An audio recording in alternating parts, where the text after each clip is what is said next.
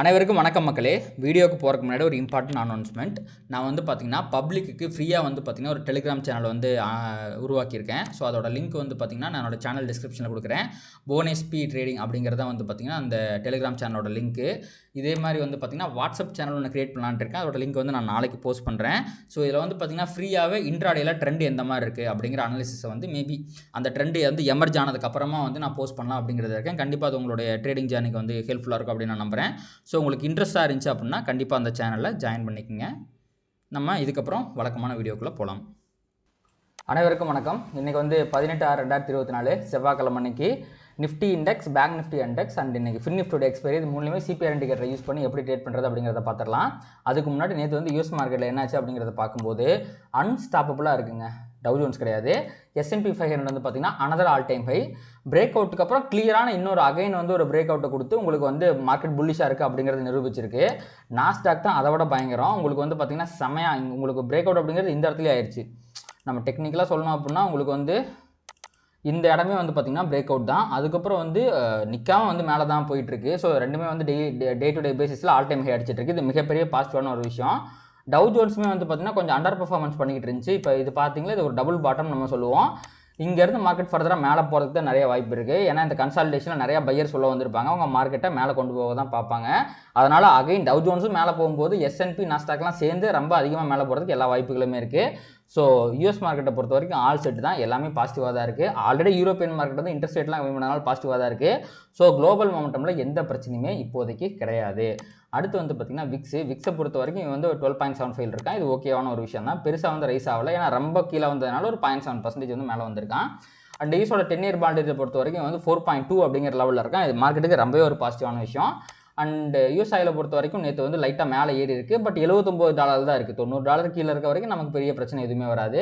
So இப்போதைக்கு negativity அப்படின்னு சொல்லிக்கிற அளவுக்கு எதுவுமே கிடையாது. அடுத்து ஏடிஆரை பொறுத்த வரைக்கும் ஃப்ரைடே அன்னைக்கு நைட்டு அண்ட் நேற்று நம்ம மார்க்கெட் ஹாலிடேயில் இருந்ததுனால மண்டே அன்னைக்கு நைட்டுமே வந்து பார்த்திங்கன்னா அந்த 2 நாள் வந்து இந்த ஏடிஆர் வந்து ப்ரைஸ் மூவ்மெண்ட் இருந்திருக்கும். ஸோ இங்கே நம்ம பார்க்குறது ஃபுல் பிக்சர் நம்மளுக்கு கொடுக்காது. பட் ஸ்டில் எல்லாமே பாசிட்டிவாக முடிஞ்சுக்கிறது இந்தியன் மார்க்கெட்டுக்கு அகைன் இதுவுமே வந்து ஒரு பாசிட்டிவான விஷயம் தான். அடுத்து வந்து FIDA டேட்டா பொறுத்த வரைக்கும் ஃப்ரைடே அன்னைக்கு 14th ஜூன் வந்து பார்த்திங்க அப்படின்னா FIDA ரெண்டு பேருமே வந்து பைங்கில் தான் இருக்காங்க. முக்கியமாக FII வந்து ஒரு 2000 கோடிக்கு பை பண்ணியிருக்காங்க. ரொம்ப நாள் கழிச்சு இந்த தேர்தல் முடிவுகளுக்கு அப்புறம் தொடர்ந்து ஒரு 2-3 நாளாக வந்து FII பைங்கில் இருக்காங்க. இது ஒரு நல்ல பாசிட்டிவான விஷயம். மார்க்கெட்டில் பெரிய செல்லிங் ப்ரெஷர் வர்றதுக்கு வாய்ப்புகள் கிடையாது அப்படிங்கிறதான் இது இண்டிகேட் பண்ணுது. அடுத்து வந்து இப்போ வேர்ல்டு மார்க்கெட் ஃபியூச்சரை பொறுத்த வரைக்கும் உங்களுக்கு வந்து பார்த்திங்கன்னா டவ் வந்து உங்களுக்கு வந்து இப்போ ஃப்ளாட்டாக இருக்கான். அடுத்து வந்து S&P வந்து பார்த்திங்கன்னா உங்களுக்கு வந்து ஃப்ளாட்டாக இருக்கான், 0.0லேயே இருக்கான். அடுத்து வந்து நாஸ்டாக் வந்து ஸ்லைட்டாக நெகட்டிவில் இருக்கான். பட் இதுவுமே ஃப்ளாட்டுன்னு தான் நம்ம கன்சிடர் பண்ணோம். யூரோப்பியன் மார்க்கெட் எல்லாமே ஃப்ளாட்டாக தான் இருக்குது. உங்களுக்கு நிக்கியும் வந்து ஃப்ளாட்டாக தான் இருக்கான். தைவான் மட்டும் கொஞ்சம் நெகட்டிவாக இருக்கான், 2% நெகட்டிவாக இருக்கான். ஏறினாலும் சரி இறங்கினாலும் சரி 1% 2% லெவலில் தான் ஆடிக்கிட்டு இருக்கான். ஸோ நம்ம இதை விட்டுட்டு பார்க்கும்போது வேர்ல்டு மார்க்கெட் எல்லாமே மோஸ்ட்லி ஃப்ளாட்டாக தான் இருக்குது. அடுத்து இப்போ நம்ம கிஃப்ட் நிஃப்டியை பார்க்கலாம். ஸோ கிஃப்ட் நிஃப்டியை பொறுத்த வரைக்கும் இப்போதைக்கு கிஃப்ட் நிஃப்டி 593 23,593 அப்படிங்கிற லெவலில் இருக்குது. நேற்று முடியும் போது வந்து பார்த்திங்கன்னா அரௌண்ட் 610 615 ரேஞ்சில் முடிஞ்சிருந்துச்சு. இன்றைக்கி லைட்டாக நெகட்டிவாக இருக்குது, ஒரு 10 பாயிண்ட் வந்து டவுனில் இருக்குது. பட் ஸ்டில் ஃப்ரைடேயோட க்ளோசிங்கை கம்பேர் பண்ணும்போது ஃப்ரைடே வந்து பார்த்திங்கன்னா நிஃப்டி ஃபியூச்சர் வந்து 462 அப்படிங்கிற லெவலில் முடிஞ்சிருச்சு. ஆவரேஜ் க்ளோசிங் வந்து 466. இப்போ 600 அப்படின்னா கிட்டத்தட்ட 140 பாயிண்ட் வந்து பார்த்திங்கன்னா கேப் அப் காட்டுது. 2 நாளத்தோட ப்ரைஸ் ஆக்ஷன், அதாவது நம்மளுக்கு வந்து ஃப்ரைடே அன்னைக்கு ஈவினிங் முடிஞ்சுங்களா, அன்றைக்கி நைட் யூஎஸ் மார்க்கெட் வந்து நடந்துச்சு. அதுவும் ஹையராக தான் முடிஞ்சு. அடுத்து நேற்றுமே வந்து பார்த்திங்கன்னா யூஎஸ் மார்க்கெட் வந்து ஹையராக தான் முடிஞ்சிருக்கு. ஸோ இது 2 நாளத்தோட ப்ரைஸ் ஆக்ஷன் ஒட்டுக்காக சேர்ந்து நிஃப்டியை 140 பாயிண்ட் அளவுக்கு வந்து இப்போ கேப் அப் காட்டுது. மேபி மினிமம் வந்து 100 பாயிண்ட் ஆச்சு கேப் அப் ஆகிறதுக்கு நிறைய வாய்ப்புகள் இருக்குது. நம்ம அதை வந்து பொறுத்திருந்து பார்க்கலாம். இப்போ அதுக்கப்புறமா வந்து நம்ம நிஃப்டியை பார்க்கணும். ஸோ நிஃப்டியில் நம்ம சிபிஆரில் டெய்லி சிபிஆரை வச்சு பார்க்கும்போது உங்களுக்கு ஃப்ரைடே அன்னைக்கு ஒரு சின்ன ஃபால் அப்படிங்கிறது இருந்துச்சு ஃபஸ்ட்டு 10 மினிட்ஸில். என்றைக்குமே புல் மார்க்கெட்டை பொறுத்த வரைக்கும் ஃபஸ்ட்டு 5 மினிட்ஸ் கேண்டில் நம்ம நம்பக்கூடாது. ஏன்னா எப்போவுமே புல் மார்க்கெட்டில் கேப் அப் அப்படிங்கிறது ரொம்ப சாதாரணமாக இருக்கும். அதனால் மார்க்கெட் கீழே விழுந்துட்டு அப்படியே மேலே போயிடும். ஆனால் ஃப்ரைடேவை பொறுத்த வரைக்கும் 2 கேண்டில் வந்து பார்த்திங்கன்னா நெகட்டிவாக இருந்து அதுக்கப்புறம் மார்க்கெட் மேலே போச்சு. ஸோ இதில் வந்து பார்த்திங்கன்னா அசெண்டிங் சிபிஆர் வந்திருக்கு. கண்டினியூஸாக இங்கே பாருங்கள் 3 நாள் தொடர்ந்து அசெண்டிங் சிபிஆர் தான், ப்ரைஸ் சிபிஆருக்கு மேலே தான் க்ளோஸ் வச்சிருக்கு. ஸோ மார்க்கெட் அல்டிமேட்டாக புல்லிஷாக இருக்குது அப்படிங்கிற சைன் தான் இது. பட் ஸ்டில் உங்களுக்கு வந்து டெய்லி டைம் ஃப்ரேமில் பார்க்கும்போது கன்வின்சிங்கான ஒரு க்ரீன் கேண்டில் அப்படிங்கிறது வரவே இல்லை. நேற்றுமே கூட பாருங்கள், உங்களுக்கு செல்லிங் ப்ரெஷர் வந்து அது பையிங் ப்ரெஷராக கன்வெர்ட் ஆகிருக்கே ஒழிய ஒரு நல்ல க்ரீன் கேண்டில் அப்படிங்கிறது வரல. இது ஃபுல்லாகவே கன்சால்டேஷன் தான். அண்ட் நிஃப்டியில் வந்து பார்த்திங்கன்னா பொசிஷனலாக மார்க்கெட் வந்து இது வந்து மந்த்லியோட R1க்கு மேலே இருக்கிறது செமையான புல்லிஷான விஷயம். இவ்வளோ நாள் வந்து R1க்கு மேலே ப்ரைஸ் சஸ்டெயின் ஆகிருக்கிறதுமே ஒரு புல்லிஷான விஷயம் தான். ஸோ நிஃப்டி இப்போதைக்கு வந்து பார்த்திங்கன்னா ஒரு ஃபாலை சந்திக்கிறதுக்கு வாய்ப்பே இல்லாத மாதிரி தான் என்னோட கண்ணுக்கு தெரியுது. மார்க்கெட் புல்லிஷாக இருக்குது அப்படிங்கிறது தான் அல்டிமேட்டான விஷயம். ஓகே, இன்றைக்கி வந்து நம்ம சிபிஆர் இண்டிகேட்டரை பொறுத்து என்ன ஆகும் அப்படிங்கிறத பார்க்கலாம். ஸோ அதுக்கு வந்து நான் டுமாரோ சிபிஆர் வந்து ஆன் பண்ணிக்கிறேன்.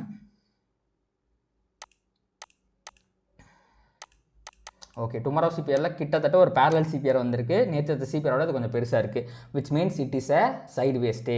மார்க்கெட் வந்து இன்றைக்கி மோஸ்ட்லி சைடு வேஸில் தான் இருக்க போகுது அப்படிங்கிறதா இதுக்கான இண்டிகேஷன். அதே மாதிரி பாருங்கள், இது வந்து ப்ரீவியஸ் டே ஹை அண்ட் இது R1, இது கடையில் இருக்க டிஸ்டன்ஸுமே அதிகமாக இருக்குது. So market should consolidate today. அதுதான் வந்து இன்றைக்கான இன்டர்பிரேஷன் நிஃப்டியை பொறுத்த வரைக்கும்.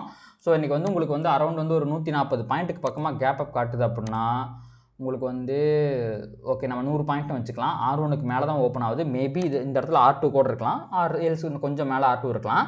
ஸோ இந்த லெவலில் ஓப்பன் ஆகும்போது கண்டிப்பாக ஃபஸ்ட்டு 5 மினிட்ஸில் இது புல் மார்க்கெட் அப்படிங்கிறதுனால ஃபால் அப்படிங்கிறது இருக்கும். அது R1 வரைக்கும் ஃபால் ஆகுதா இல்லை சிபிஆர் வரைக்கும் ஃபால் ஆகுதா அப்படிங்கிறத பார்க்கணும். ஆனால் அதுக்கப்புறம் கண்டிப்பாக மார்க்கெட்டில் ரெக்கவரி அப்படிங்கிறது வந்து மார்க்கெட் மேலே தான் போகும். ஸோ இன்றைக்கி வந்து R1 ரிவர்சல், சப்போஸ் மார்க்கெட் R1க்கு மேலே ஓப்பன் ஆகுது, இங்கேருந்து ரிவர்ஸ் ஆகுதுன்னா அது ஒரு high probable trading opportunity.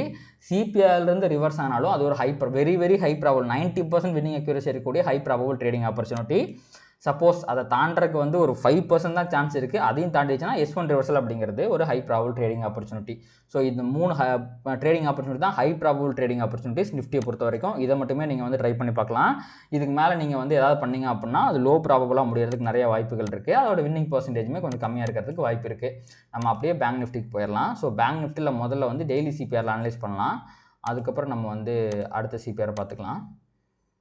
So daily CPR பொறுத்த வரைக்கும் பேங்க் நிஃப்டியில் அவுட் சைட் சிபிஆர் வந்திருக்கு. ஸோ அவுட் சைட் சிபிஆர் வந்துச்சுன்னா மார்க்கெட் இதுவுமே கன்சாலிடேஷனுக்கான சைன் தான். மார்க்கெட் பெரிய மூவ்மெண்ட்டை கொடுக்காது அப்படிங்கிறத இண்டிகேஷன். என்றைக்குமே இதில் முக்கியமான இன்னொரு இண்டிகேஷன் என்ன அப்படின்னா, நீங்கள் வந்து டே ஹையை பிரேக் பண்ணும்போது புல்லிஷ்னு நினைப்பீங்க, மார்க்கெட் ரிவர்ஸ் ஆகும். டே லோ பிரேக் பண்ணும்போது நீங்கள் பியரிஷ்னு நினைப்பீங்க, மார்க்கெட் ரிவர்ஸ் ஆயிரும். அதுதான் இந்த outside CPR and wide சிபிஆருக்கு இருக்கிற முக்கியமான குணாதிசயம். அதனால் இன்றைக்கி நீங்கள் வந்து பேங்க் நிஃப்டிலையுமே ரிவர்சல் ட்ரேடை தான் ட்ரை பண்ணணும். அதாவது மார்க்கெட் வந்து உங்களுக்கு R1 கிட்ட போகுது அப்படின்னா கண்டிப்பாக ரிவர்சல் அப்படிங்கிறது வரும். கீழே S1 கிட்ட போகுதுன்னா ரிவர்சல் வரும். அதே மாதிரி அவுட் சைட் சிபிஆர் அப்படிங்கிறதுனால இந்த சிபிஆர் ரிவர்சல் ட்ரேடை கொஞ்சம் நீங்கள் அவாய்ட் பண்ணிடலாம். ஸோ இந்த பிவட் பாயிண்ட்லேருந்து ரிவர்ஸ் ஆகும்போது ட்ரேட் எடுத்தீங்க அப்படின்னா அது கண்டிப்பாக ஒரு ஹை ப்ராபபிள் ட்ரேடிங் ஆப்பர்ச்சுனிட்டியாக இருக்கும் பேங்க் நிஃப்டியை பொறுத்த வரைக்கும். அண்ட் பொசிஷனலாக வந்து பார்த்திங்கன்னா பேங்க் நிஃப்டி மந்த்லி சிபிஆருக்கு மேலே தான் இருக்குது. இதுதான் வந்து பார்த்திங்கன்னா மந்த்லியோட R1. இந்த லைனை வந்து தாண்டறதுக்கு ரொம்பவே கஷ்டப்படுது பேங்க் நிஃப்டி. மோஸ்ட்லி இன்றைக்கி தாண்டிடும் அப்படிங்கிறத நம்பலாம் நம்ம. ஸோ அதை பொறுத்து இருந்து பார்க்கலாம். அடுத்து நம்ம பொசிஷனலாக அப்படியே பேங்க் நிஃப்டி அனலைஸ் பண்ணிடலாம்.